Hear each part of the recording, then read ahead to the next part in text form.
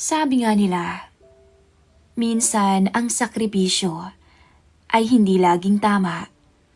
Pero nagagawa natin ito alang-alang sa taong mahal natin. Isang sakripisyo na punong-puno ng kasinungalingan ang pinili ni Andres nang ipabuntis niya ang kanyang misis sa sariling pamangkin. Hindi dahil hindi niya ito mahal, kundi dahil labis niya itong minamahal. At hindi niya matanggap na baka isang araw malaman ng asawa na siya ay baog. Ito si Miss Callie at ating pakinggan ang kwento ng lihim ni Andres.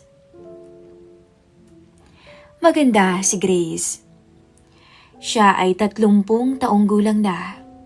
May angking alintugto na hindi kumukupas.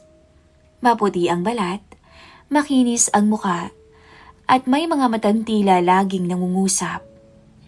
Mahaba ang kanyang buhok na itim at makintab. At kahit simpleng duster lang ang suot, hindi maikakaila ang kanyang kagandahan.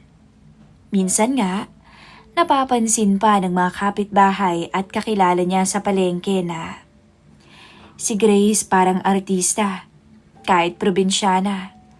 Madalas sabihin ng mga ito sa kanya.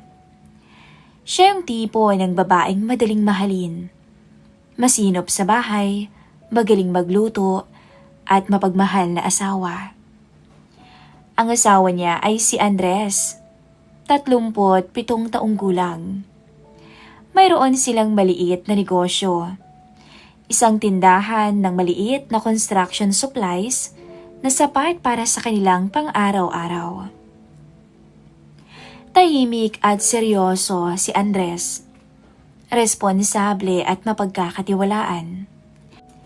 Ngunit sa likod ng kanyang matikas na anyo at pagiging mabuting asawa, may lihim siyang pilit na tinatago.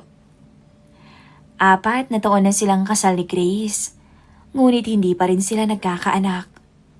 Sa umpisa, iniisip nilang baka hindi pa talaga binibigay ng Panginoon.